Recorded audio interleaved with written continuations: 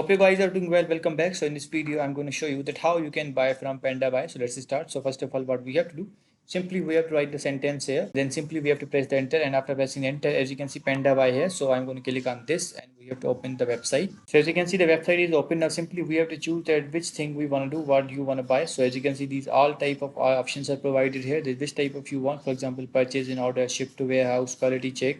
So for example, I'm going to click on this purchase in order. So you have to click on this and you will get some other options as well. So as you can see, these all options are provided here. So now simply you have to paste the product link or name or shop link. You have to search that whatever you want. Other options are also provided here. You have to sign up in this website, and after signing in, you will get some other options as well. And after that, you can buy as well. So as you can see, these all payment methods are also provided. You have to choose that which payment method you want to use. So in this way, you can use the Pandabuy. I hope you guys understand this video that how you can buy the products from the Pandabuy. So see you guys in the next video.